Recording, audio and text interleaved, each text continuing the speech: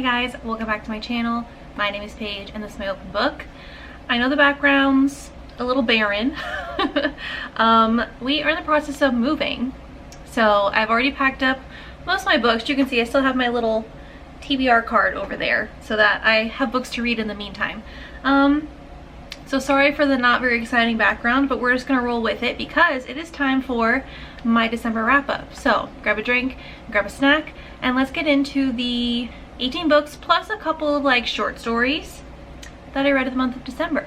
Okay, also my dishwasher is on in the next room over. Hopefully it's not too loud. I don't think I'm gonna do the 1 minute timer today because I feel like I'm gonna be good enough to do rapid fire. Fingers crossed, we'll see. Okay, first let's get into The Spy and I. Now, this is a little bit different because it's not a typical romance. It's more so, think like an action movie, okay? So this female character, her sister is apparently a spy, and she didn't know, because why would you know that your sister's a spy? Well, she looks so much like her sister that she kind of gets roped into the current case that the sister is kind of incognito on, and it turns into a whirlwind. There is a male main character. There is kind of like a sub-romance, or a romance subplot. But the romance is obviously not like the main event of this book, right? It's more so on the action and like the spy plot, and it was a really good time. I gave it 4.5 stars. It wasn't a 5-star because I still wish the romance was a little bit stronger. I know it wasn't exactly like the main point, but I'm just a romance girly at heart, let's be real. But the plot was really engaging. It had twists and turns that I wasn't expecting, and I liked it a lot. I'm definitely gonna pick up the second one as well. Okay, then I don't know what it is about winter, but I love reading mafia romance in the winter. I don't know why. And I decided to read this new series, well, new to me, by Michelle Hurd.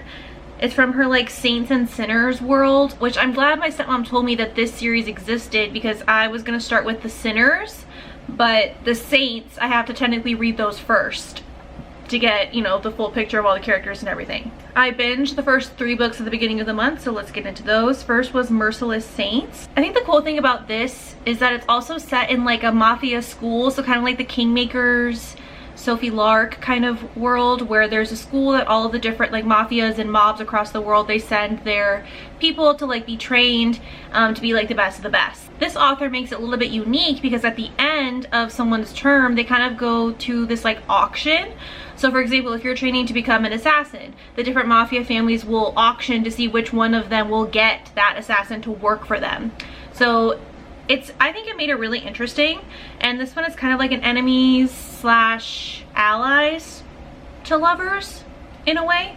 So the female main character lost her mom very young, and she's trying to help, you know, take care of her family, and because of what happened to her mom, the family is kind of like alone on this island, and she's going to come out of hiding to go to the school so she can become an assassin to protect her family, basically. I really enjoyed this one. Super emotional, definitely lots of action, and I really liked the romance as well, so I gave it a 4-star. Then the next one is Cruel Saints. Now this one is an arranged marriage mafia romance, and in this one is definitely tough to read at the beginning. Be sure, I don't think she has specific trigger warnings at the beginning of her books, but this one does have some essay in it, so just be aware. The female main character is in a terrible home life. She is the daughter of a like mafia leader, and he basically treats her like shit, doesn't put her in a good environment, finally gets to go to the academy, and to her this is like her way out of the terrible home life that she's had, so she's really excited. It kind of turns into an arranged marriage as well, and again, just like the first one, really engaging plot, lots of action, but the romance is also like really great, and what the characters go through is super emotional. These are definitely tearjerkers. Another 4-star. I really enjoyed it. I went right into book 3, which, dare say, I think might be my favorite, maybe. This is one of the main characters that you see in the other 2 books, and he is an assassin, and he finds a girl in a bar of like little small town that he hides out in. I wouldn't call it love at first sight necessarily, but he definitely sees her and he's just like instantly attracted to her. Like there's just something about her that he just can't get past. But he also knows who he is, and he understands that the kind of life that he lives, he can't exactly have like a romantic love story going on when he's going around the world killing people for his job. So but he just can't stay away from her, even though she's just like a regular girl. And unfortunately, stuff happens. Again, super emotional. Like, if you want a heavy-hitting mafia romance, you definitely need to check out this series. I haven't finished it yet. I've only read the first 3, but I was pleasantly surprised by all of them. I definitely want to continue. And yeah, definitely tearjerkers, but the romance is super strong and there's good action, so I highly recommend. Then I read A Rose Ridge Christmas, which is a Christmas novella by Ashley Munoz. One of my favorite series of last year was her Stone Riders Motorcycle Club series, so I was excited that she was coming out with a Christmas novella. And it's kind of cool because even though the Stone Riders series is technically over, she is going to do a next gen series with like the kids of the main characters in the original series. So this is kind of a cool introduction to that, because in this novella things are happening like 10 years later, I believe is the timeline. And so some of the kids are kind of like old enough to like understand the motorcycle club and like what's going on. So you get points of view from the adults, and you also get points of view from the kids. So it's kind of cool to like see the dynamic between the characters kind of develop as they're younger. I'm curious to see how it's going to, you know, change when she does the next ones.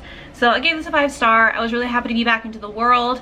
And usually with a Christmas novella, you're not really expecting a lot of plot, but this had so much plot. Like, I was on the edge of my seat, like trying to finish this in one sitting, and I did. Loved it. Okay, then I went into listening to the Markham Hall series by Sierra Simone. Now, I love me Sierra Simone, okay? She's awesome. I love the way that she gives interesting perspectives in her books in terms of like embracing sexuality and kink. So this one's kind of a historical setting, and the female main character, she doesn't have any family left, so she has to go stay with the widower of her cousin. I think her cousin just died. She died in a horrible accident, and Ivy is gonna go stay with the husband of her cousin, because this is the, I don't know exactly what century this takes place in or decade this takes place in, but it's back in the time where, you know, single women couldn't just live on their own. They had to be like with a lord, or I don't know, all the fancy terms. Think like Bridgerton, where they have to like be courted and they have to like go into society and be married off, and like that's how it works in those times. So since she has no like blood related family left, she has to go to the next lord, I think, in her line, which is Mr. Markham. Now, you definitely have to think of this as like a full series. I feel like it's hard to rate each book individually. I mean, I did, but don't think that you shouldn't listen to the series just because of my first rating. So the first one, The Awakening of Ivy Leibold, I gave it 3.5 stars. I love the setup and I really like the characters. I was definitely intrigued by what was going to happen, because there is kind of a mystery around her cousin's death, because she was killed in like a horse riding accident where it was clear that someone tampered with her saddle. So she's trying to figure out, like, was it Mr. Markham who killed her cousin, or is there like other foul play going on here?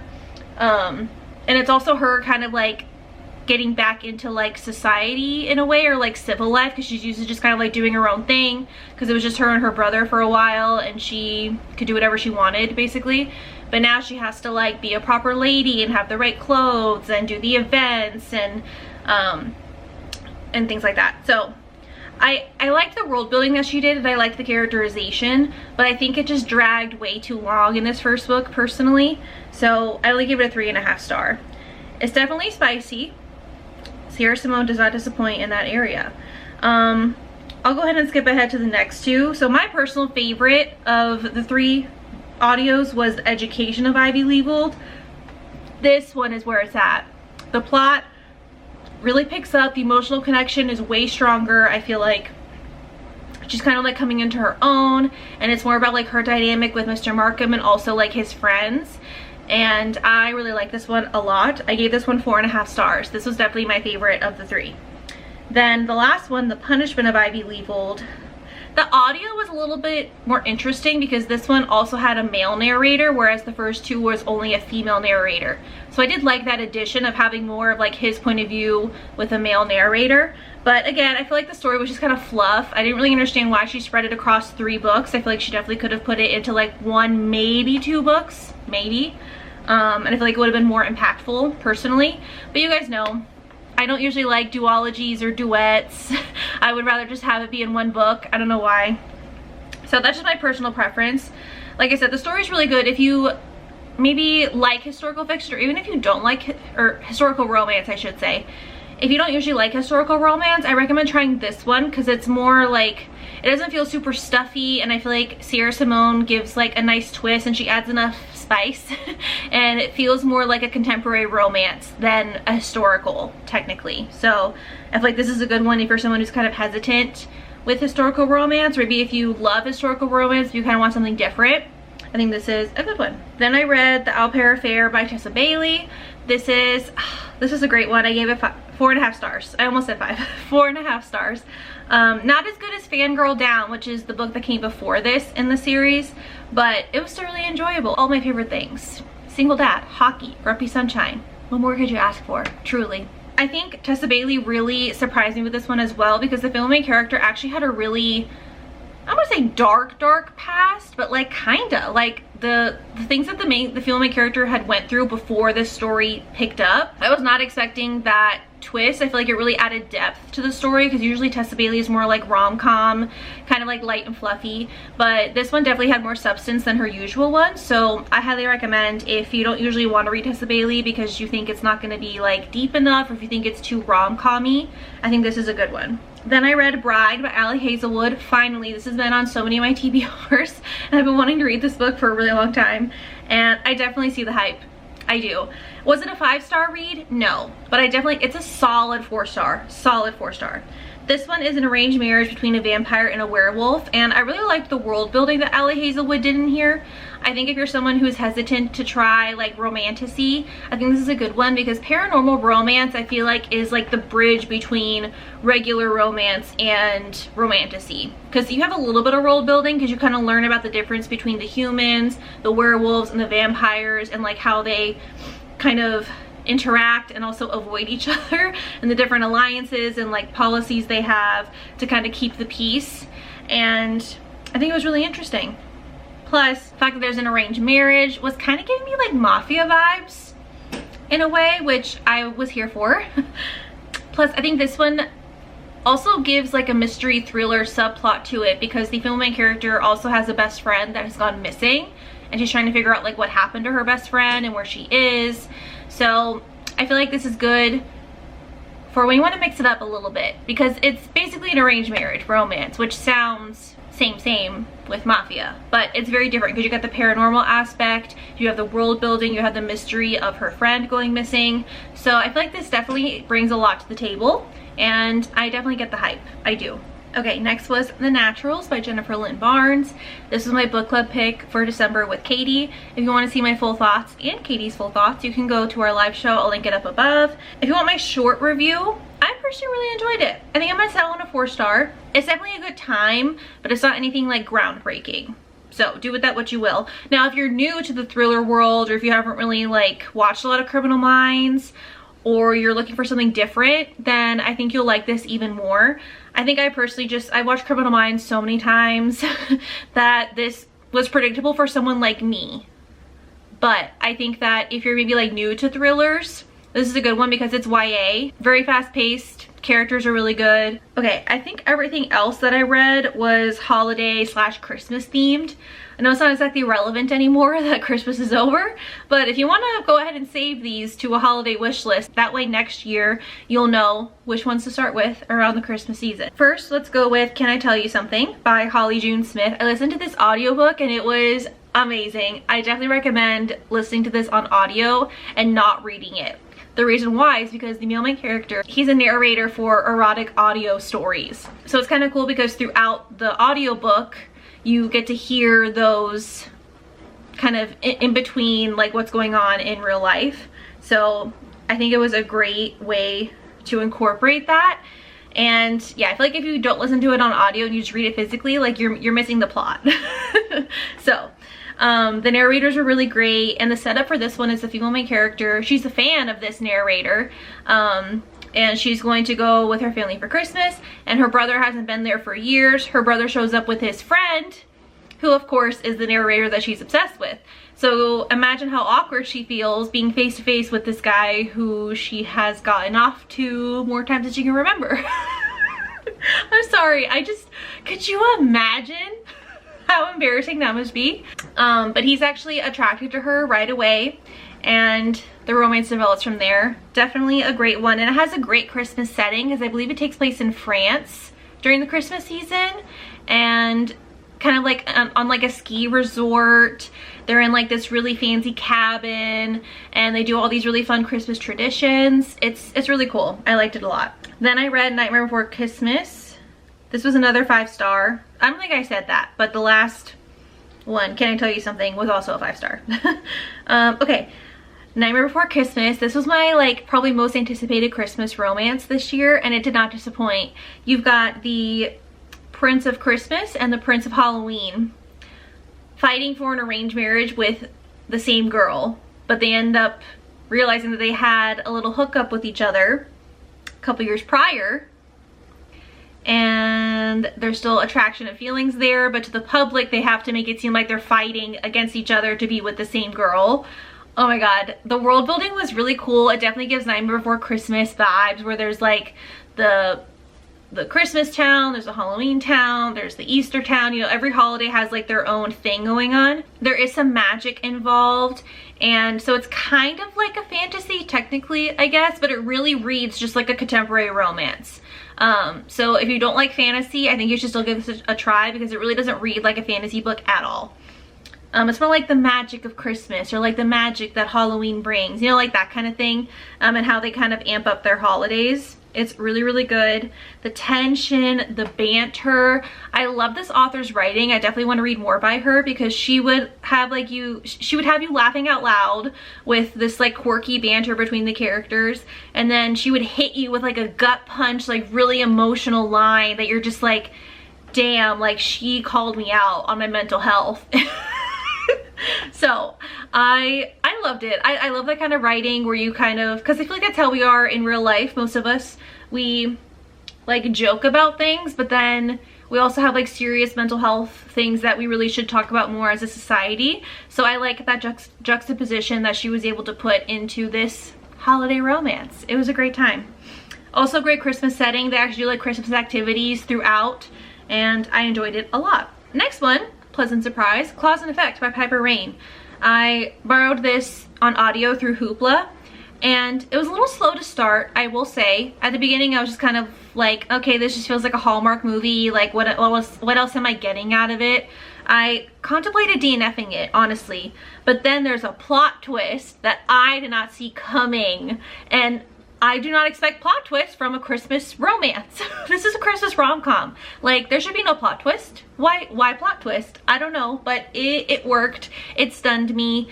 Once that happened, the rest of it was super quick. I was so invested, and I really, really, really enjoyed it. The female main character, she's kind of like the girl who doesn't really have a plan. Her bakery, she had to put it out of business. She went to this psychic who's having her go across the country to chase her ex. And then you have the male main character who is on leave from the military to visit his family for Christmas. They both get stranded, and they have to basically take the road trip themselves to get to where they need to go, because the flight had to like land somewhere else. It's a whole thing. So I wouldn't call it Grumpy Sunshine necessarily, but you definitely have like the very organized, responsible, meticulous male main character, and then you have kind of like the flighty, disorganized female main character, and it was really great. Plus cute Christmas activities throughout, which we love in a holiday romance. I gave this a 4-star. Next I read this novella by Lauren Asher, My December Darling. I have not read the other books in her like front billionaire? No. I read her original trilogy with the billionaires and the Disney people, but I haven't read the other one. The Love Redesigned, Love Unwritten, like that. I haven't read those. And I think that's what this one takes place in. I don't know. But I listened to this on audio, and this is another 5-star. Like, these holiday romances, they did what they needed to do this year. They were definitely hitting the spot. This one, the female main character is in her hometown because her sister is getting married. Her sister's fiance is actually her ex. So it's a little awkward for her. She definitely feels like the black sheep of the family. So she's got like family things going on. She's also a traveling nurse, so she's only there just for like a short period of time to help with the wedding and everything. And then she's gonna go back to California. Then you have the main character who is the best friend to her ex slash the groom of her sister's upcoming wedding. And they definitely find each other attractive, but she tries to play it off like she doesn't like him because he's like too nice or like too perfect or whatever. He is a doctor. But they end up having a really great romance, and the banter was really, really good, which I wasn't expecting from Lauren Asher. I think the reason why this was really successful for me is because while I like Lauren Asher's writing to a point, I do think her, for example, the trilogy of the Billionaires, I think those books are way too long. So I think the fact that this was a novella worked to her advantage, because I think it pulled all the things I like about her writing and they were able to put it in like a smaller package, which was perfect for me. So I love this. The audio was also great. The narrators had really good accents that I think played along with the characters in the story. Okay, then I read 3, I don't even know if these count as novellas. They're probably just short stories, so I'll just go through them super quick. A Very Krampus Holiday by Katee Robert. It's exactly what it sounds like. I gave it 4 stars.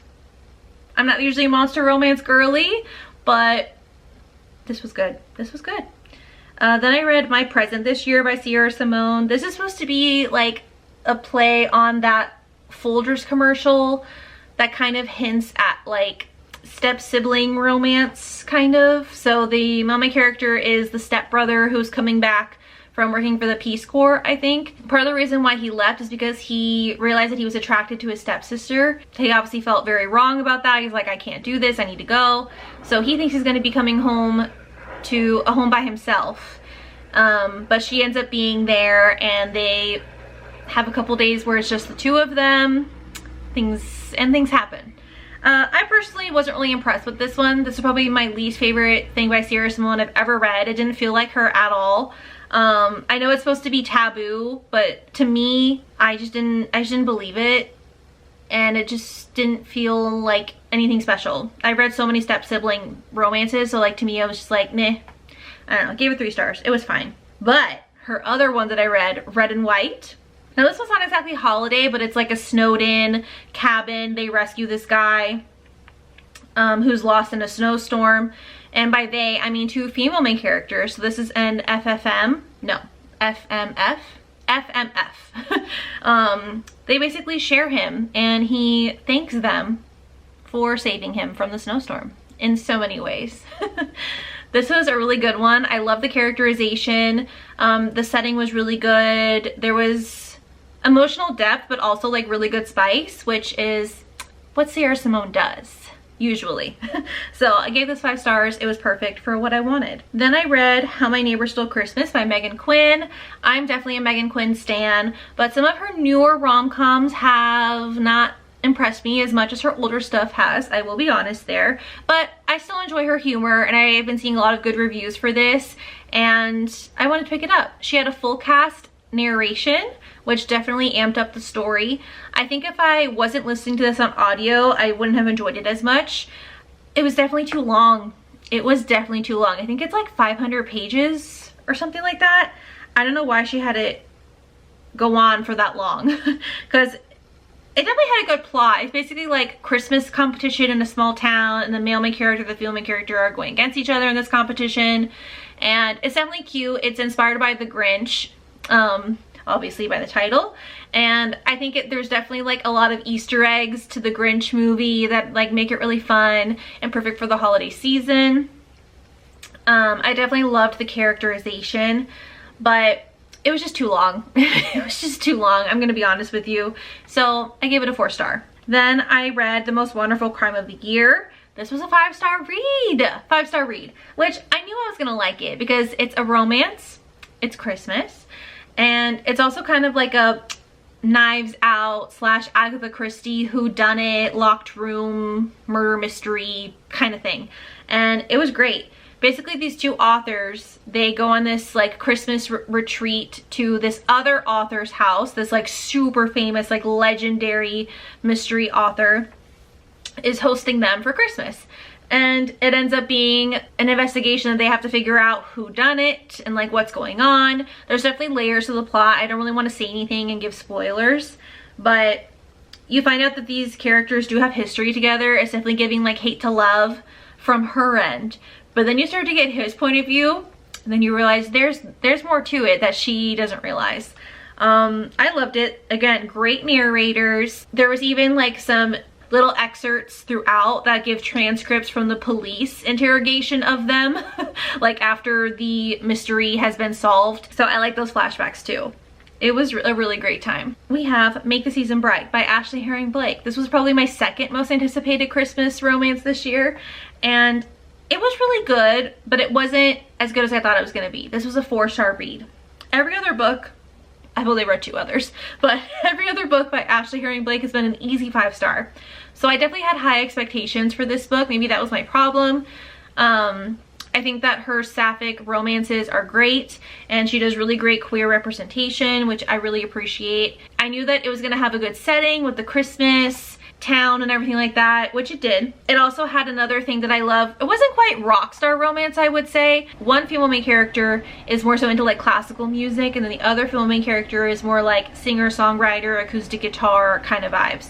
So it kind of read like a rock star romance where they definitely use music to kind of like tell their story, which I really love when authors do that. So that definitely amped up the storyline for me. This is a second chance romance, which also amped it up in my opinion, because they were engaged before. They were childhood friends to lovers, but then one of them left the other at the altar. And now it's 5 years later and they have to spend Christmas together with like their friends. They realize that their 2 best friends are actually related. So when they both go to be with their friend's family for Christmas, they're both there. And they haven't talked in the entire 5 years since the wedding didn't happen, basically. So there's definitely like a lot of angst from that end of it. But I don't really know why it's not a 5-star for me. I think I was just frustrated with the, I don't even know if you can call it miscommunication, or like the reason why the one female main character didn't want to get married anymore, and kind of like how they talked about their problems and how they resolved the problem. I personally, it wasn't believable for me as someone who is married, but not every relationship is the same, so I can't like, just because it wouldn't make sense in my relationship doesn't mean it wouldn't make sense in someone else's. So it's definitely like a personal bias that I have. I don't know. This definitely read like Happy Place by Emily Henry. If you've read both books, let me know if you see the connection there. So maybe that's why it kind of let me down, because I was just like, oh, like I've read something like this before. So I was just like, oh, okay, here we go. Like I know what's gonna happen. I know what this is about. So maybe that's what made it not as believable for me, because it just wasn't like as impactful, I guess. I don't really know. But I still like Ashley Herring Blake's writing, and I like the characters, but it just, the relationship parts of it weren't really, I wasn't sold. I wasn't sold, I gotta say. But I like the musical aspects of it, so at least there's that. Plus, it was still good to read around Christmas time. I like the setting too. Alright, that's gonna be it for this December wrap up. Thank you guys for joining. Be sure to give this video a like and leave a comment down below telling me what's a book that you're excited to read in the new year. Be sure to hit that subscribe button so you don't miss my future videos, and I'll see you next time. Bye.